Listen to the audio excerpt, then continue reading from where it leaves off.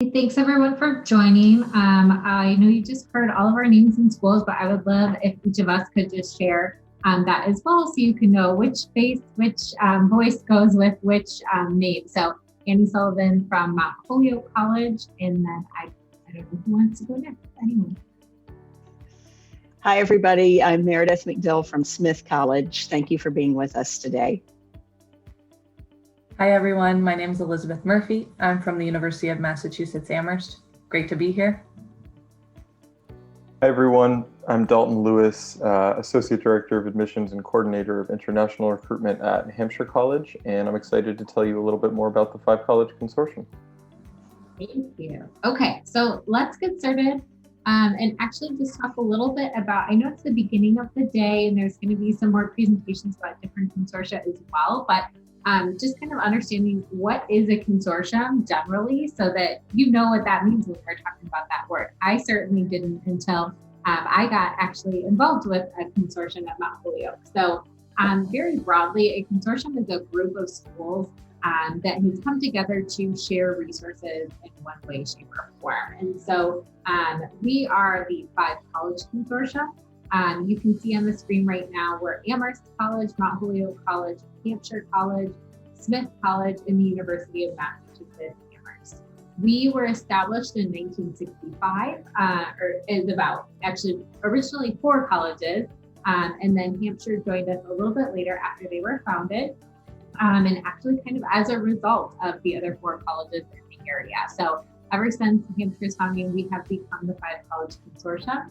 And with that, we're going to talk a little bit more about all of the things we can do within the consortium. But very generally, students can cross-register classes at all 5 colleges, meaning you can take classes on all 5 of our campuses. You can participate in clubs, events, and social life on all campuses. And we have a transportation system to connect all of these things. So when you go to any one of our schools, you have access to the resources at all 5 of our schools, yet we are distinct and separate institutions. So you're never applying to the Five College Consortium, you are applying to maybe 1 or 2 schools within our consortium. So where are we? We are in the northeast part of the United States, in the state of Massachusetts. Massachusetts is typically known for the city of Boston, but we are not in the city of Boston. If you were to take a bus from Boston, it would take you about 1.5 hours to 2 hours to get to our area. So we're in a really beautiful and safe part of Massachusetts, and we are all located about 10 miles or 16 kilometers from one another. There is a bus system that connects all 5 of our schools called the PVTA. And the PVTA is free for all of our students. And some of the earliest bus run times are like 6:37 in the morning. And then on weekends and things like that, the bus does run until about 2 in the morning as well. So it's really easy for students to hop on the bus and get to each campus. We all have multiple bus stops. And we also are connected to like our area mall if you need to pick up things from the convenience store. So there's a lot of ways in which this Five College network and this PVTA system, the Pioneer Valley Transit Authority, did I get that right? PVTA. We're able to kind of connect and get around to each other's towns and campuses for classes and social life and events like that.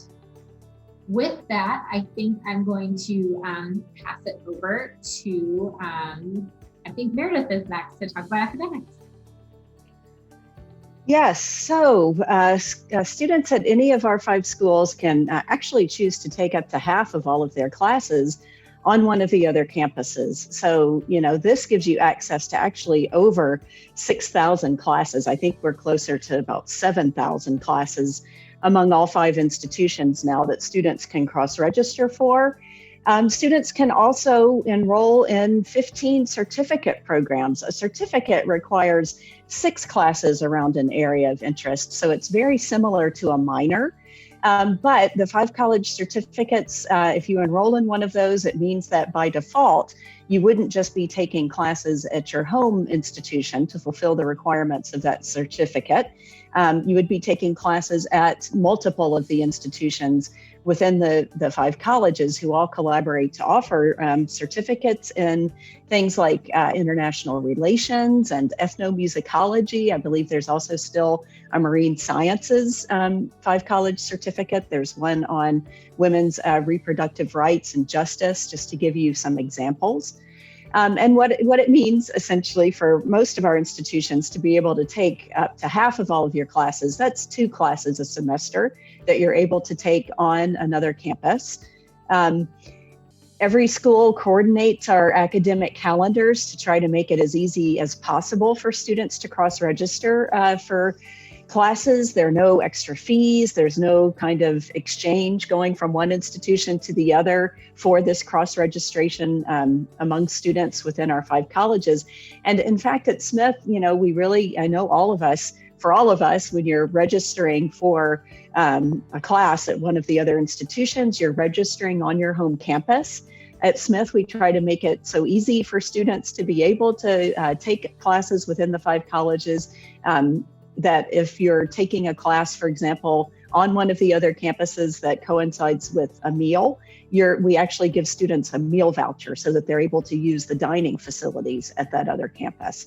So it allows students to experience a wide variety of different types of institutions, from, you know, the liberal arts colleges among us, the women's colleges within the consortium, and then the public flagship university in University of Massachusetts at Amherst. So it gives students a much broader access to different types of academic programs and classes, different faculty. You know, students love to do their research within their areas of academic interest and look for a faculty member, if not at your home institution, within the 5 colleges whose research you know are really attracted to, or someone who's written a paper on something, a particular niche within that area of academic interest that really fascinates you, for example. To give you a sense of some of the most popular courses that students within the 5 colleges have cross-registered for on each of our campuses, for example, an astronomy course, observation and techniques, that's taught at Amherst College. And, you know, by way of example, that course reminds me that it's not just the classes, it's also the resources at the other institutions that you're able to avail yourselves of. Amherst College has a fantastic observatory, the Wilder Observatory, and a state-of-the-art telescope there. So, you know, students at our campuses like to go and use that resource. I'm always telling students who might be interested in, you know, film production or media studies that over at Hampshire College, a very famous filmmaker here in the US, Kim Burns, a famous documentary filmmaker, donated funds for a fantastic multimedia wing at Hampshire College that students at any of our schools can go and take advantage of as well. There's a beginning Japanese course that's also been very popular at Amherst for students within the 5 colleges to cross-register for. An American Sign Language course over at Hampshire, a graphic design studio there. Some education courses have been very popular at Mount Holyoke, as well as an African informal economy course. At Smith, dance courses like intermediate improv and our African dance and ballet classes have proved very popular for students within the 5 colleges to cross-register for. And at UMass, there's a history of college sports course and an accounting principles course that has really been very popular among students in our consortium as well. I think we're ready for the next slide, Annie. Thank you. Yeah, and I think it's also worth pointing out that the exchange between the 5 colleges is very much not limited just to academic opportunities. So extracurricular activities at the different consortium colleges are open to students from the other campuses as well. And that's everything from kind of more traditional student groups to activities that might take place on campus, musical ensembles, theater productions, intramural athletics or club sports. So for example, if there's a sport that isn't offered on one of our campuses, let's say, for example, rugby, we don't have that at Hampshire, a Hampshire student can go and join a club rugby team at Amherst College, for example. And I think we'll dive into some of the specific areas of extracurricular engagement that students can get involved with at the other colleges in a number of different slides that we have coming up. But again, it's just really important to remember that between all the colleges, you have 1,000-ish student clubs and activities that you can get involved with, in addition to those classes that you might be able to, that you might be taking on the other campuses. With all of the 5 colleges combined, there's just a lot of students around, over 38,000 undergrads at all the 5 schools. And I think it's worth noting that UMass is by far the biggest of the schools in the consortium. So it's a really great range in terms of the size of the campuses and the student bodies. You have Hampshire, by far the smallest, with 700 undergrads, and then you have UMass with, I believe, correct me if I'm wrong, Elizabeth, something like 28,000 undergrads altogether. 2,000 undergrads and 6,000 grads. Thank you, that was it. So, a great range in the size of campuses and in the cultures that you'll find on each campus. And because of all that, it's a very happening place. It's the 2nd largest booking venue in New England for concerts, for speakers, lectures. So there's always a lot of interesting events going on. You can go hop on a bus and check out a lecture being taught by a professor at another college, a visiting speaker. And also lots of big concerts that happen every year. For example, I know UMass has an annual concert, which of course, I'm sure is not happening this year, but that's always a big attraction. Students from all across the 5 colleges will come and see the concert. And then, other events on the campuses as well. So for example, Hampshire Halloween, that's been a big event for many years between the students of the 5 colleges. The Spring Jam at Hampshire College, and a number of cultural festivals that happen as well. In addition to all of these school-sponsored events, you're also able to go hop on a bus and attend informal parties or events on campus, on the other campuses in the consortium. So between all of this, there's always just a lot to do outside of your academics in terms of getting to know folks outside of your own campus. And I think as the last bullet point on this slide says, that's a really important part of the 5 college experience, is popping this institutional bubble.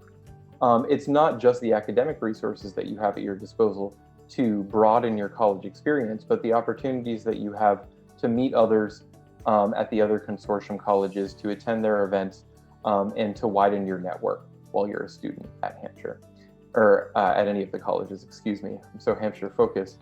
And one other thing that I'll say, as actually an alum of Hampshire College myself, is that in addition to what you might think of as the more traditional extracurricular activities, student groups, musical ensembles, theater productions, there's also a lot of great outdoor programs that the 5 colleges offer. So if you're really interested in spending a lot of time in college, getting outside, whether that's going on camping trips, rock climbing, canoeing, hiking, camping, whatever that might be, between the 5 colleges, there's a huge range of outdoor activities that you can take advantage of, many of them just within Western Massachusetts, which has an amazing number of great hiking trails, paddling trails, and places to do other outdoor activities, and skiing as well. That's another one of my favorites. And I think that's enough about those for now. And like I said, we'll dive into some of the specific areas of extracurricular engagement open to 5 college students. But I will now pass it off to Elizabeth to talk about athletics in the 5 colleges. Dalton, first let me say what a great transition to athletics, talking about all the hiking and biking trails around here. I really think that if you are a student athlete, this can be a great place, especially as a runner or someone who's an avid hiker, to spend their 4 years of college, just because there are so many outdoor opportunities. But within the 5 College Consortium, there are limitless opportunities for student athletes. All students within the 5 College Consortium can participate in intramural sports and clubs at any of the colleges. I listed a few examples, field hockey, soccer, flag football, basketball, but there are many more options like that. So if there's a specific sport that you're interested in, you could always look online and see if you'll be able to play that at a club level at any of the colleges in the consortium. One thing to note is that students cannot compete on other institutions' varsity teams. So you're welcome to play club sports at any of the 5 colleges, but you won't be able to play on a varsity team except at your own home institution. And then in terms of athletics, each college has their own athletics. Each one has their own athletic program. So we're all in different conferences. So UMass is Division I, Mount Holyoke and Smith are Division III and in the NUMAC conference. Amherst is Division III and in NESCAC, and Hampshire is in USCAA and YSCC. So that's just something to note when you're applying to the different colleges. That is important to know who you'll be playing against and what type of conference you'll be in. And so in terms of athletics at UMass, because we're Division I, we have some large facilities and we have lots of spectators. So oftentimes you'll find, for example, a few years ago, our hockey team was doing really well. We'd have lots of community members and 5 college students come to watch our hockey games because they were very exciting when we were doing very well. Smith College and Mount Holyoke have delightful equestrian facilities and hiking trails. So oftentimes UMass students or students from the 5 College Consortium will go to watch the horses or participate in some way. Mount Holyoke has a lovely trail around their upper lake. You'll frequently find that our UMass students or Hampshire College students will go over there and take advantage of that trail. So I would say that there are many ways that you can take part in athletics within the 5 College Consortium. You can do it on a more casual basis, like watching sports at one of the colleges, or taking a walk, or checking out the facilities. You can play club sports at any of the schools, or you can play a varsity sport at your own campus. And bringing it back to some of the academic opportunities available to 5 college students, if you are a linguist, this is a really exciting opportunity to get involved with languages that you might not be able to find offered at most colleges. And so the 5 College Center for World Languages is actually a program that is set up within 5 Colleges Incorporated. So it's not based at any one college in particular. And it offers over 40 less commonly taught languages, all the way from Albanian to Zulu, that the other colleges don't have formal departments for. And there are a couple of different ways that students can learn these languages and take advantage of the resources of the Center for World Languages. So one of them are tutorials and small classes students can take where they meet as a group on different campuses to learn in a group format some of these languages. But then there's also independent study opportunities where students can work one-on-one with a native speaker who is selected from one of the surrounding colleges or who's a resident of the area that can tutor them one-on-one in these languages. And because the Center for World Languages is coordinated between all the 5 colleges, they do have meetings on all 5 of the different campuses. They have a flexible scheduling model. And importantly, you can use these Center for World Languages classes for academic credit as an undergraduate student only, not as a graduate student.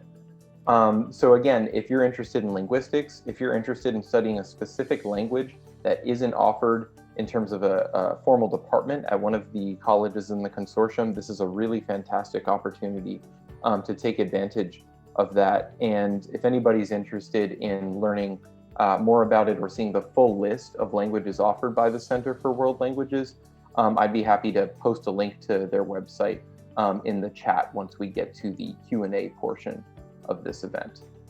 And I think next we will be talking about collaborative performing arts. Great. Yeah. So another huge benefit to performing artists within the 5 College Consortium is that all of our campuses have open auditions for our campus productions. So if you're an actor, for example, that gives you 5 times the opportunities to star in a leading role in a campus production. And also within the Five College theater community, several groups meet regularly to organize consortial projects. So the theater department chairs, the costumers and technical directors, and the lighting designers and directors at all of our colleges all work together to host artists and residents, to share resources and collaborate on joint projects. And then the Five College Multicultural Theater Committee supports productions, workshops, and artist residencies that promote an appreciation of diversity and difference. And they also encourage student productions with a multicultural focus and organize something called WORD, which is an annual multicultural student play reading festival. So this is a great opportunity for performing artists to have, like I said, 5 times the opportunities to participate in a campus production, and a much broader variety of different kinds of productions to be involved in. And I think it's useful.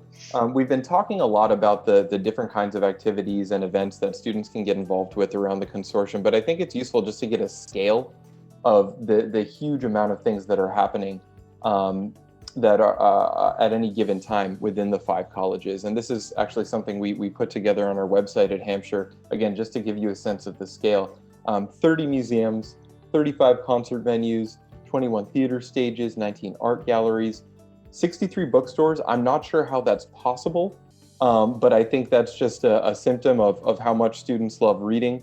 19 coffee houses, 220 bike trails, almost 70 pizza places, 2 bowling alleys, and 1 llama farm as well.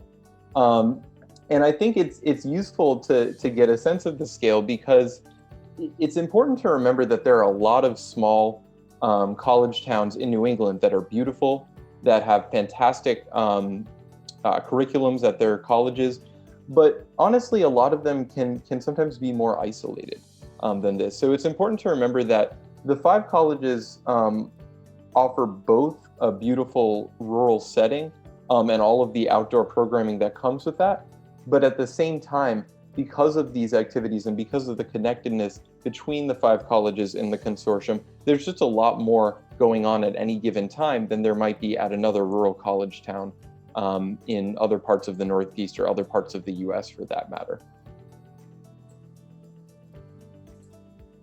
All right, so in the Five College Consortium, 2 of the 5 colleges are women's colleges. And so Meredith and I are going to talk a little bit more about how it works to be a women's college in the consortium. And I think the biggest question students have when they're considering women's colleges is, will I, go 4 years without interacting with a guy at all? And the answer is no.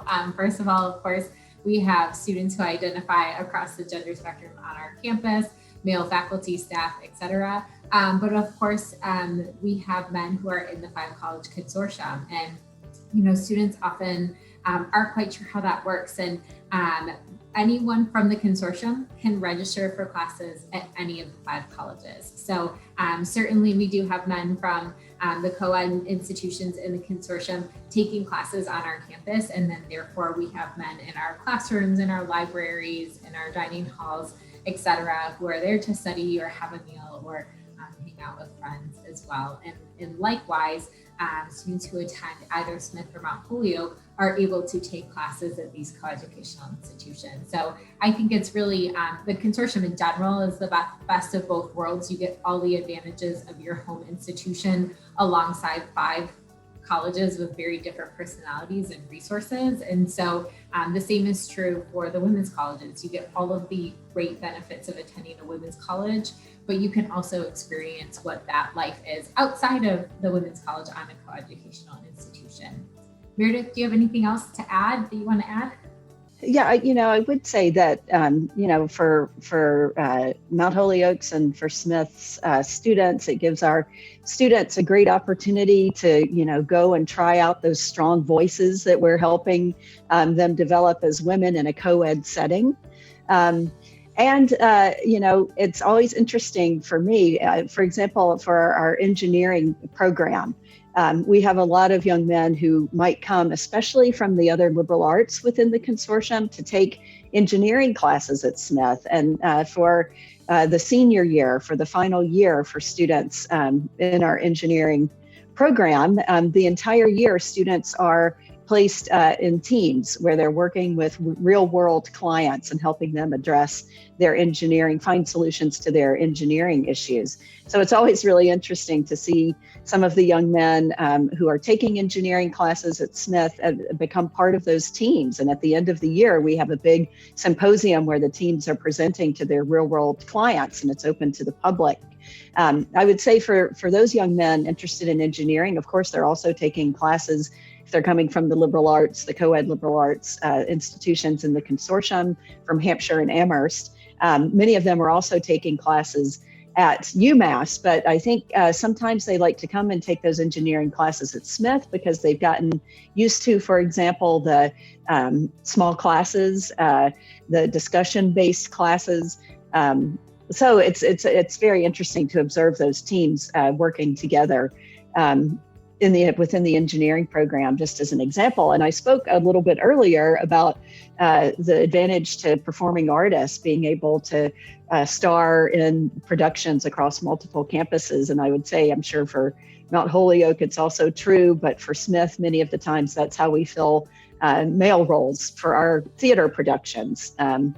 By having young men who come from the other schools, the co-ed schools within the consortium, and actually who are starring in those roles. And then the last thing I would say is that I'm sure it happens with Annie too. When I'm hosting families or school counselors, I'm an international admission counselor. So when I'm hosting families or school counselors from all over the world coming to visit Smith for the first time, knowing we're the largest women's college in the country, when they're sitting in our campus center, for example, and they're observing, the traffic there and the students and people just milling about, they're often very surprised by all the gender diversity they see on our campus, partly because of our membership in the Five College Consortium.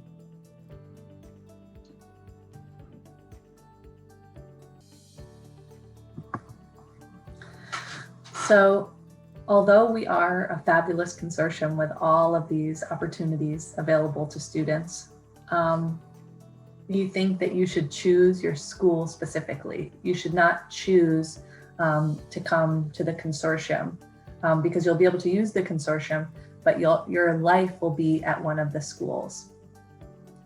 So the consortia in the United States and the Five College Consortium has so many incredible resources: access, diversity, athletics, theater productions, libraries, but you most likely will spend most of your time on just one home campus. And so, for example, if you are a woman interested in sciences and leadership, you might want to consider a women's college and then use the resources of the Five College Consortium. If you're interested in film, you may choose Hampshire College and then use the resources of the Five College Consortium, maybe for the Five College language program or some athletic program. If you want to go to a larger institution like UMass Amherst with 22,000 undergrads, and you really want to study under a certain professor, like in our psychology department, which is our most famous department, you'd probably choose UMass, but you might use the consortium for lots of different reasons. So all of the schools in our consortium have different values. They have different traditions. They have different focuses. You'll have a totally different life at most of the schools, but you can always use the consortium, and that's sort of like an added value. And so I should just note that the experience at one institution can be vastly different from the one across the street. A student cannot fully integrate into another college community within the consortium.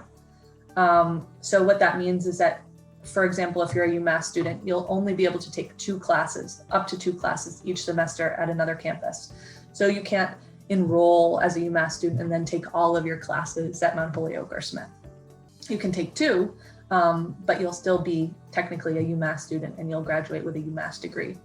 And then transfer is not guaranteed or even easier. So even if you take 5 classes at Mount Holyoke in your first 2 years and think, oh, now I'll definitely be able to transfer into Mount Holyoke, that's not a guarantee. And so just as you do in your college search normally, you should really focus on each institution and the values of the institution and your fit more than you focus on the consortium, because again, the consortium will be an added value, but your main home will be at your home institution. Thank you, Elizabeth. And I think that's a great segue into talking about each of our own individual institutions and how they're different from one another. And I guess to get started talking about Hampshire, I think Annie mentioned earlier that Hampshire was actually created by the other 4 colleges in the consortium back in the late 1960s. And this was born out of a conversation about how higher education could change to address the changing needs of students in a rapidly modernizing world. And the unique curriculum that we have at Hampshire was born as a result of that conversation. And also as a result of that arrangement, Hampshire was very much created in mind to take advantage of the resources of the Five College Consortium. So 95% of our students take at least 1 class at the other consortium colleges, and the average Hampshire student takes 6 off-campus classes. And if you think about the fact that at a liberal arts college like Hampshire, you're taking an average of 4 classes per semester, that's a significant amount of time spent at the other colleges. That's about 3/4 of an academic year learning on the other campuses. But to talk a little bit more about what we offer at Hampshire, we have a unique personalized curriculum that allows students to build an interdisciplinary concentration of 2 to 3 subjects instead of picking a traditional major. And students do this in conjunction with hand-picked faculty advisory committees. So like most other small liberal arts colleges, you spend your first year exploring, taking classes in different areas, and figuring out what you want to do with the rest of your time at Hampshire. But at the beginning of your second year, you actually get to pick your own faculty advisory committee. And I think this is a really important aspect of Hampshire's education to highlight because you end up spending a lot of time with your faculty advisors. They help you not just to pick your classes, but also to identify independent study opportunities, internships, research assistantships, and guiding you for what you might want to do after you graduate from Hampshire. And every Hampshire student's experience culminates in a 4th-year senior capstone project that we call the Division III project. Nothing to do with the NCAA, a little confusing, I know. And this project can take any number of different forms. So some students will do a scientific research study. Some students will write a novel. Another student might direct a feature-length film or a theater production, host an art installation, or even start their own nonprofit organization or business. And if anybody's excited to see kind of some examples of what those Division III projects look like, I'd be happy to throw a link into the chat after we get to the Q&A section. And another really, I think, differentiating aspect of Hampshire's education is that we use narrative evaluations instead of grades. So when you take a class at Hampshire, you don't get a traditional grade. You receive a long format narrative feedback form from your professor detailing your progress in terms of meeting the goals of that course, what you did well, and what you need to improve on. And there's a couple different benefits to this. First of all, obviously, as a student, it tells you a lot more about who you are as a learner than a traditional grade might. The other benefit to it is that facing outward, when our graduates are applying to grad school or to jobs, it's telling these prospective employers or graduate admissions officers a lot more about who our graduates are as well. However, there is, I think, one caveat to that, and that's when you take a class at one of the other consortium colleges, you do get a letter grade from them. So a Hampshire transcript is always a great mix of these narrative evaluations that we provide and grades that the other consortium colleges provide. And I think that helps to demonstrate the adaptability of Hampshire students to learn and succeed in these different kinds of academic environments. A couple other fun facts about Hampshire. We have an 800-acre solar-powered campus that's surrounded by forests. I think it's important to highlight that not every college has the space to put solar panels on their campus and to meet their energy needs that way, but it's something that we are proud of and that I do always love talking about when I'm giving a presentation about Hampshire.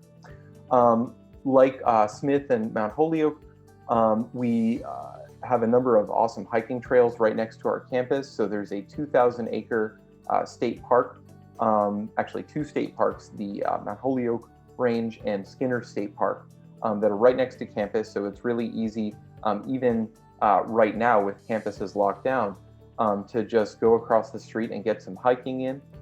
And we also have an 80-acre working farm and CSA, which is Community Supported Agriculture program on our campus. So if you're interested in studying animal behavior or agriculture, Hampshire is a great place to look in terms of liberal arts colleges.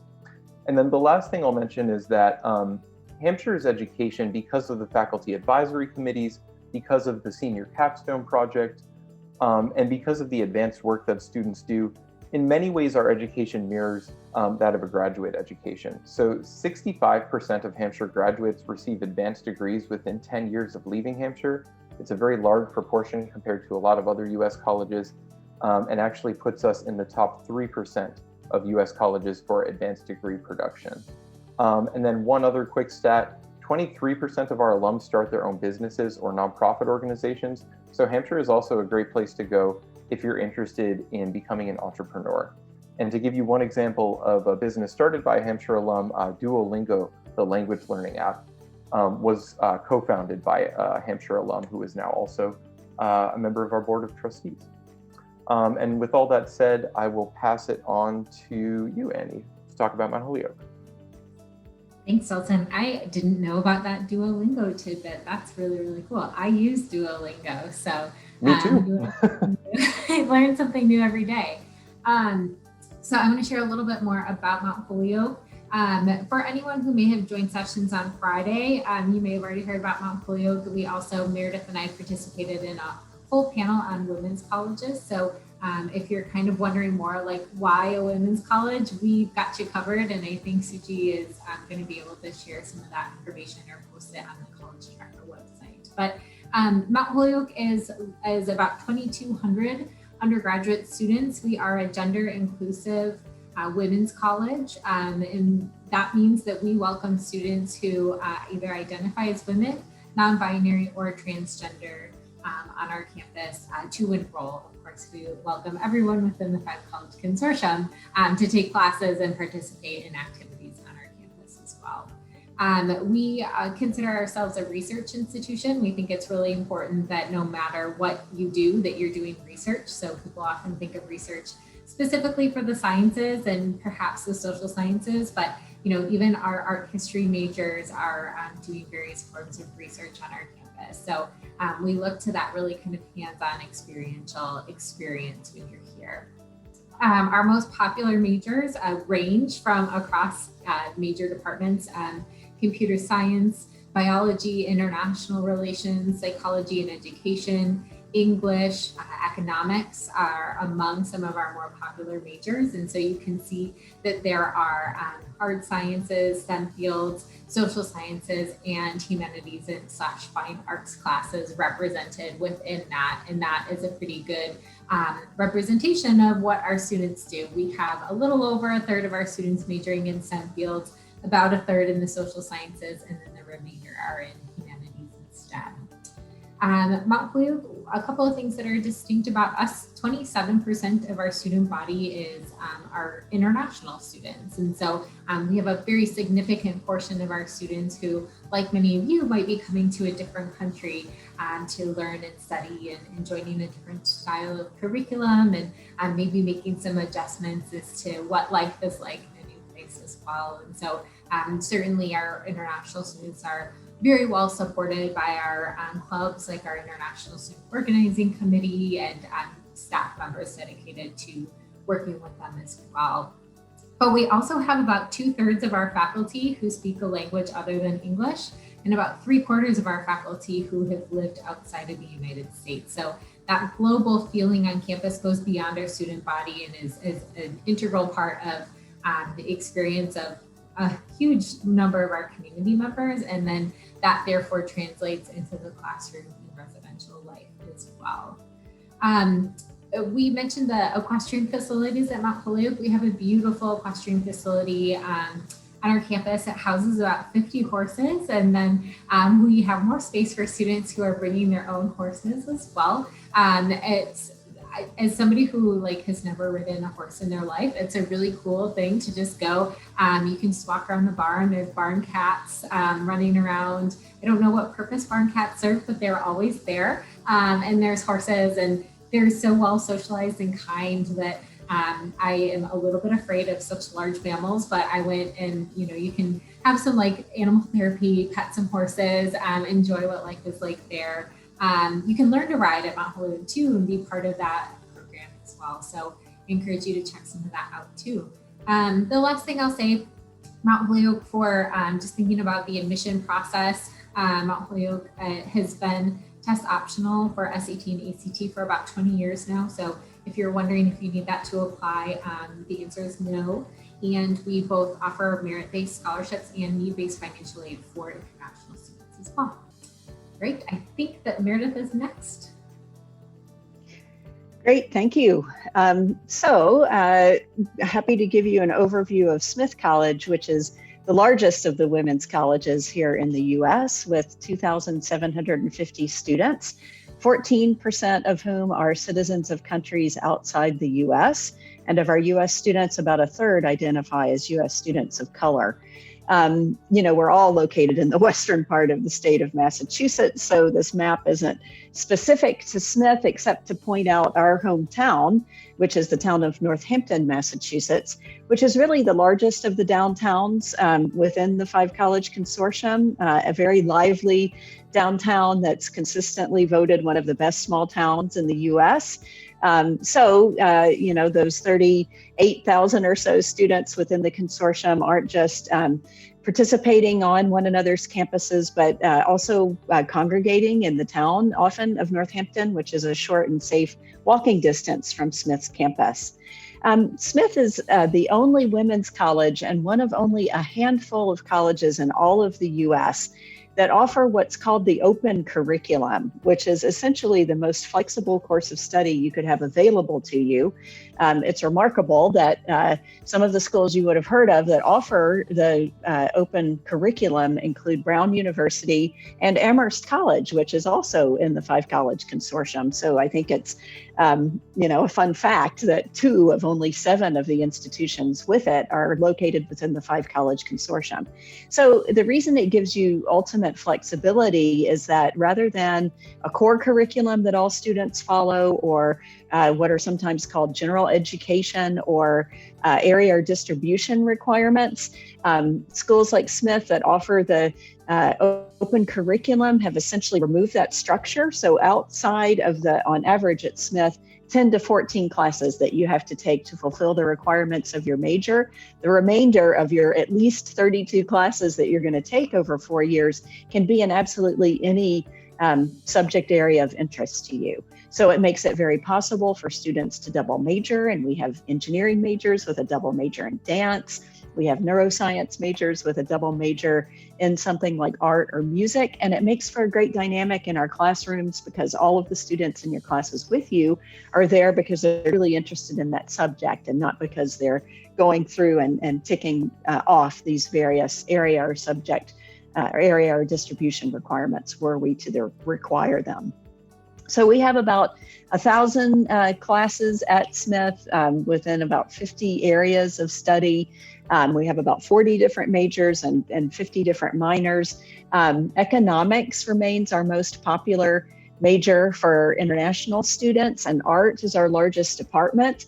But we're also the only women's college that has our own fully accredited engineering program. And currently at Smith, about 40% of our students are majoring or double majoring in the STEM fields. And, as an excellent liberal arts college, we've got great programs across the curriculum in the humanities and arts and social sciences as well. But I always do underscore our strength in the sciences because I think it speaks so well to what Smith's mission has always been, which is essentially to propel women into leadership roles, particularly in fields like STEM that have traditionally been male dominated. We have a really unique living and dining situation at Smith. Rather than traditional dormitories, our students live in about 40 different houses spread out around campus. You see an example of one here. They vary from one another, both in terms of size. The smallest house only has 10 students living in it, while the largest has about 100, and in terms of architectural design. These houses really form a smaller community within the Smith community. Students feel like they have a home away from home, like they're living with a family within their houses. You can either choose to live in the same house all 4 years, or you can move around among the 40 houses on campus. About half of our students stay in the same one, and the other half move around. They're all entirely student governed, so student voice and choice reigns within the houses, and students become fiercely loyal to their houses. Every student thinks that her house is the absolute best house on campus. 14 of these houses have dining halls in them, and then we have a 15th dining hall in our campus or student center. We're very well known for our food as well. It's a one-size-fits-all meal program. You simply swipe your student ID to access any of the 15 dining halls on campus. For every meal period, we have about 10 different menu options available. We post them all online, so students can have what I call a progressive or movable feast and meet up with one group of friends in one of the houses because they like what's being served as a starter, go somewhere else for a main course and somewhere else for dessert. And yes, students are always challenging one another to see who can manage to make it to the most dining halls in 1 hour, 45-minute meal period. So to sum up, we like to think that we offer the best of a lot of different worlds at Smith. We are a small residential liberal arts college. You've got the smaller community that our housing system provides, the larger community within the Five College Consortium. And if you need a big city fix, we're under 2 hours from Boston and about 3 hours from New York City. So I will turn it over to Elizabeth next. Thank you. So I am happy to give you a few highlights of the University of Massachusetts Amherst. So as was mentioned before, the University of Massachusetts Amherst is the largest of the schools within the Five College Consortium. We have about 22,000 undergraduate students and about 6,000 graduate students. And we're located in Amherst, Massachusetts. We've talked a lot about our location, so I won't talk about that much, except to say that Amherst is consistently ranked a top college town. I think because we have so many students from UMass, from Amherst and Hampshire within the town of Amherst, and of course from our sister schools, Mount Holyoke and Smith. But our town has, a little movie theater, lots of coffee houses, and a lot of the things that Dalton mentioned earlier. But in terms of our actual campus, our campus is sort of like a small town itself, just because we do have so many students and we have so much going on campus at any given moment. So when you apply to UMass Amherst, you will apply for a certain major. And then when you're admitted to UMass, you'll be admitted to your major. So unlike the other schools in the consortium, you come into UMass with your major already chosen. Of course, you can change your major once you get here. But we do that as a way for you to sort of get started right away when you get to UMass. And so something to note is that UMass is broken into 10 schools or colleges. Schools and colleges are basically interchangeable. That's an interchangeable word. But so for example, if you want to study studio art, you'd be within our College of Humanities and Fine Arts. If you want to study computer science, you'd be within our College of Information and Computer Science. So when you come to UMass, you start within a major, within a college, within UMass. Another thing, another highlight of UMass is that we have about 1,300 instructional faculty, and at any given moment, all of them are working on research. So as a part of working as a faculty member at UMass Amherst, you must be conducting research. And so if you are a student that is really interested in research, as Annie said, in any subject, not just the STEM fields, you can definitely consider a place like the University of Massachusetts Amherst, which is a research institution. And in 2017, for example, we got about $200 million of research funding. So we're very research oriented. I won't talk too much more about UMass's highlights because I did give a presentation about UMass for you guys last week, but I will just give one of our top highlights. For the last 5 years, the University of Massachusetts has been ranked #1 for campus dining in all of the United States. So if you are a student at UMass or a student at any of the consortium schools, you can come to UMass and have some fabulous food. We take into account any dietary restrictions. You can eat 24 hours a day. And one thing that our students always are excited about is that you can get hand-rolled sushi made for you 24 hours a day. So if you're a foodie, you can really choose any of the schools within the Five College Consortium. But if you need your food 24 hours a day, you might need to choose UMass. And so, yeah, I'll leave it at that.